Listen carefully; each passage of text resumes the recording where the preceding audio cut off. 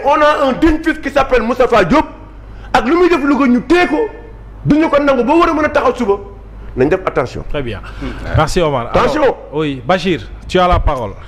waaw Mohamed man de damay def lu si tonton Ada ak si la mu ñëw daan wax naan boo ko nee bonjour tonton Ada mu ne je me remercie. waaw man tam je me remercie ndaxte lu Omar Faye di wax dafa am solo amuñu si ndam.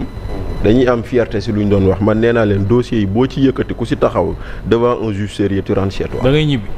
waaw on peut manipuler les procureurs comme on veut parce que le procureur c'est l'exécutif kenn mënu ko bañ mais les juges fee lañ lay indil ñu teg parce que c'est pour dire quand tu dis j'accepte des contestations sérieuses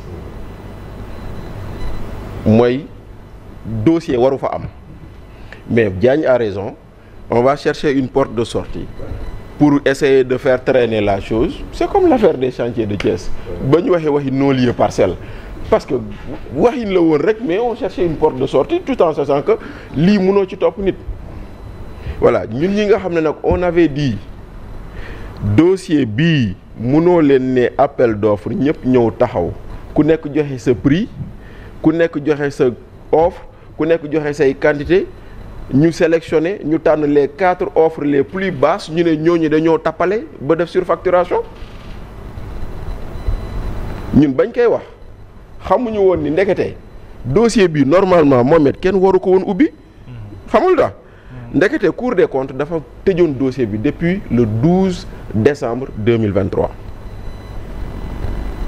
depuis le 12 décembre 2023 dans un rapport boo xam ne commission d'instruction Cour des comptes moo ko def chambre de discipline financière waaw rapport 02-23 boo demee dañ fa bind clairement ni comment ça s'appelle encore mu ngi nii voilà ñoom ñooy wax de Cour des comptes ñu ne voilà aucun élément du dossier après des développements aucun élément du dossier ne permet d'apprécier le caractère excessif de la transaction considérée comme onéreuse au regard du prix réel du marché sur le prix du marché en 2020 ñu teg si ne dès lors les allégations de surfacturation fondées sur l'écart entre le prix d'acquisition de la tonne de riz et celui dicté par l'arrêté sont inopérants en l'absence d'une appréciation concrète de la réalité du marché par les auditeurs. En conséquence, il n'y a pas lieu de retenir cette infraction. maanaam Cour des comptes newoon na la ñu toppee Mansour Faye ba mu def ci ñeenti weeru kaso waruñu sax topp nit pour faute de gestion te lii nii document boo xam ne 2023 la. kon tey jii nii amul loo war a mën a yëkkati moo tax ñun bu ñu daan wax dañ leen doon naan di ngeen dem ba suba aucun juge sérieux ne mettra ces gens en prison. kenn waru see woo convoqué nit devant le chef de quartier rawatina ñu naan dañuy jàpp nit di ko auditionné di ko garde à vue ba di ko tëj ay weer kon loolu mu ngi noonu. maintenant quant à suma grand Madiambal man nag suma grand la et je revendique son amitié. ndaxte suma grand la dama ko fekk ci métier bi. mu nekk koo xam ne daf ma respecté maak moom musul jaar ci sama tur saa yu ma ko waxee sama rak la may wax sama rak sama grand tous les livres qu'il a pu produire chaque fois que j'ai voulu en acheter il me dit sama rak yow doo jënd dama lay may. Je revendique son amitié. suma grand la. man it may na ma ba tàyyi. voilà maintenant. xam na ne ñun journalistes yi yaruñu. le jour où il voyageait parce que semaine passée dégg ngeen ma fii.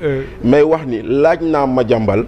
mu ne il n'a pas connaissance de dossier le concernant. semaine passée laa koy wax Ndoumbe bien sûr oui. parce que bu ma déggee dara le concernant comme ni ma xamee Moustapha Diagne dama lay ne mais grand lii lu mu demee. waaw je l'ai appelé je lui dis mais grand lii mu ne ma dégguma gisuma.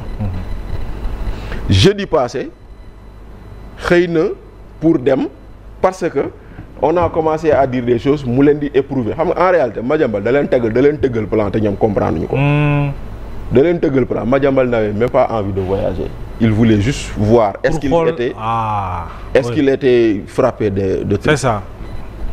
Madiambal ñëw na aéroport il passe le premier contrôle avec son passeport si le passeport faisait l'objet d'une opposition du jàllu contrôle. nañ waxante dëgg. il passe le deuxième contrôle mu dem toog di xaar ñu embarqué foofu lañ ko fekk ñu ne kaay ñu vérifier xool ndax tu fais l'objet d'une interdiction ou non on a retenu Madiambal à l'aéroport de minuit à 4 heures du matin. de minuit à 4 heures du matin. de minuit à 4 heures du matin pour lui dire il y a opposition sur votre kii vous ne pouvez pas voyager. kon ça veut dire que il y a loolu laa comprendre man. loolu laa comprendre ba ñuy dugal passeport bi muy jàll première fois opposition amul deuxième fois opposition amul. ñu téye ko fa de minuit à 4 heures du matin pour lui dire il y a opposition munoo dem. il est rentré chez lui mu teg ay pexem génn dëkk bi. voilà ce qui s'est passé. ni ko waxee mais léegi. Madiambal a fui. ok c'est un fuyard. mais kii ne woon damay dem Ziguinchor pour teg pexe du c'est pas un fuyard. gis naa fi ñuy jël gaal ah kii jëloon gaal bi dem Mali c'est pas un fuyard xanaa fuir c'est pas fuir rek wala y a des bonnes fuites et des mauvaises fuites. boo mënee nangul keneen mu teg ay pexem ba génn dëkk bi si luñ ko woowoon ci yoon nga mën a nangul keneen mu teg ay pexem. loolu mooy benn leneen li Madiambal dans ce dossier.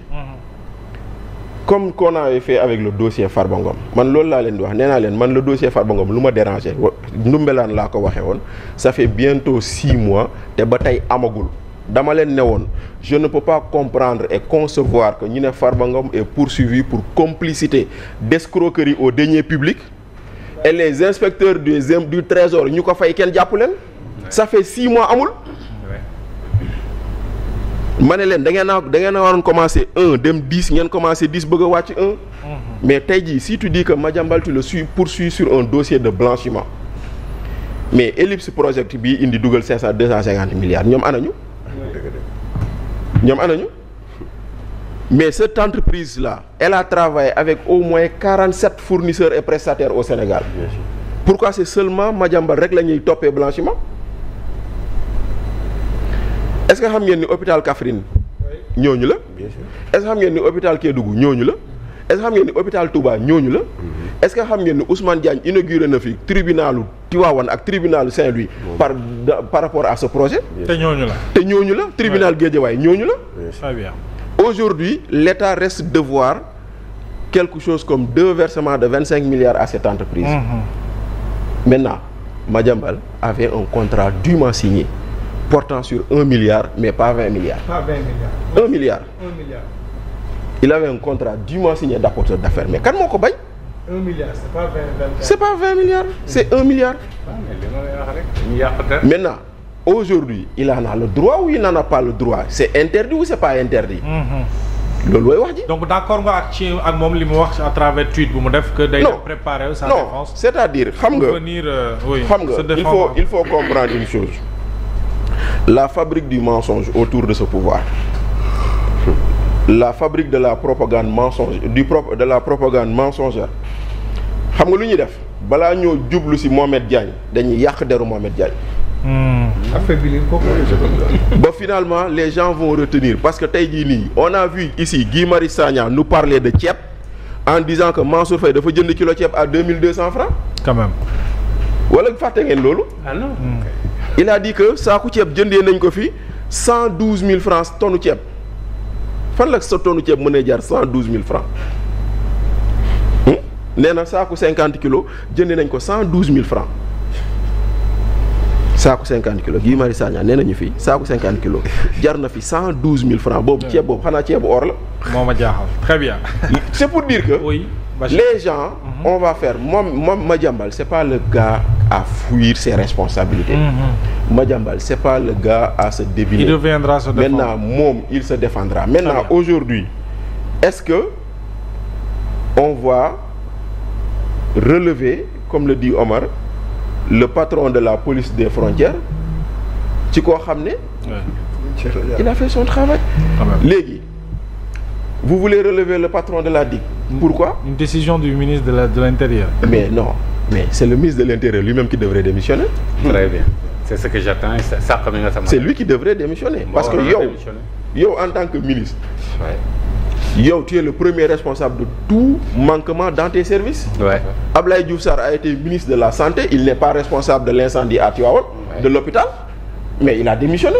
Loolu mooy responsabilité di. Ouais, il a été démis. il a été démis. Voilà keneen ak keneen noonu mais c'est ce qu'on devait attendre. si le ministre de l'Intérieur lui-même. mais li mu def nii moom la grand bi di wax c'est du post-pilatisme mooy maanaam du man. jël la ko nit ñi. alors mais oui. très bien c'est une question que je me posais dans ce sens. oui. Mohamed. c'est-à-dire tey bu opposition amee normalement avant même ngay jàll première étape bay dem deuxième étape.